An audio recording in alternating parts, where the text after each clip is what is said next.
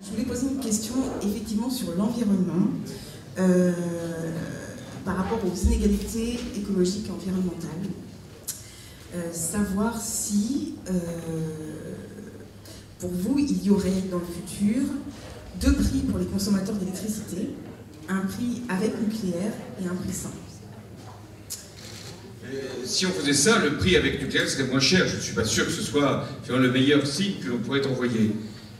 Je veux ici rappeler ma position. Il faut faire baisser la part du nucléaire dans la production d'électricité pour des raisons de sécurité, pour des raisons de diversification des sources d'énergie et pour des raisons aussi d'environnement. Mais j'ai fixé un objectif qui est 2025. Il faudrait qu'on fasse le même effort que les Allemands pour le faire pour eux passer de 22% à 0% de leur production d'électricité de sources nucléaires. Eh bien nous ferions le même effort de 75% à 50% de notre production. Mais ta question est très importante parce qu'il faut se dire franchement les choses. Nous allons payer plus cher notre énergie dans les années qui viennent. Et comme nous allons la payer plus cher, il va falloir redistribuer par la fiscalité ou par d'autres moyens, par des tarifs sociaux, pour que les catégories modestes ne soient pas frappées par ce renchérissement du prix de l'énergie. Aurélien Tricot, séparés, réunis, accord, désaccord, clash? Un peu en désaccord quand même. Allez. Un peu en désaccord quand même parce que... Enfin il était temps. Donc clash, allez, on t'écoute Aurélien. Oui, parce que il faut revenir quelques années en arrière. François a raison de dire qu'il faut qu'il n'y ait pas effectivement de prix, ou en tout cas que le prix de l'énergie ne soit pas en constante augmentation, malgré effectivement la situation difficile que nous allons connaître.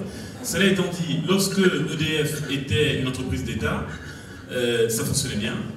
On avait une entreprise qui fonctionnait bien et il y avait la péréquation au niveau national.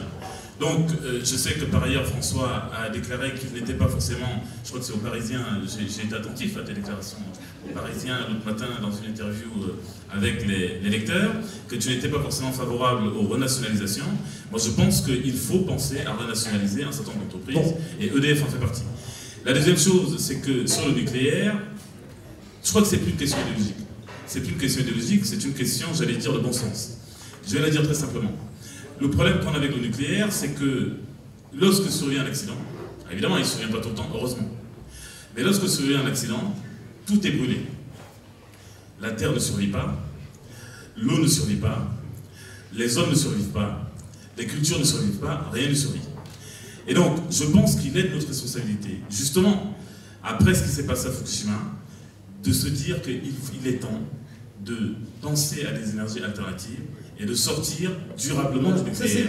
Mais il faut le faire vite, parce qu'on n'a plus le temps d'attendre, car ce qui s'est passé à Fukushima, on s'en est rendu compte, c'est quand même, il faut le rappeler, c'était jusqu'à il y a 7 mois, la deuxième puissance au monde, le Japon, qui vient d'être dépassée par la Chine.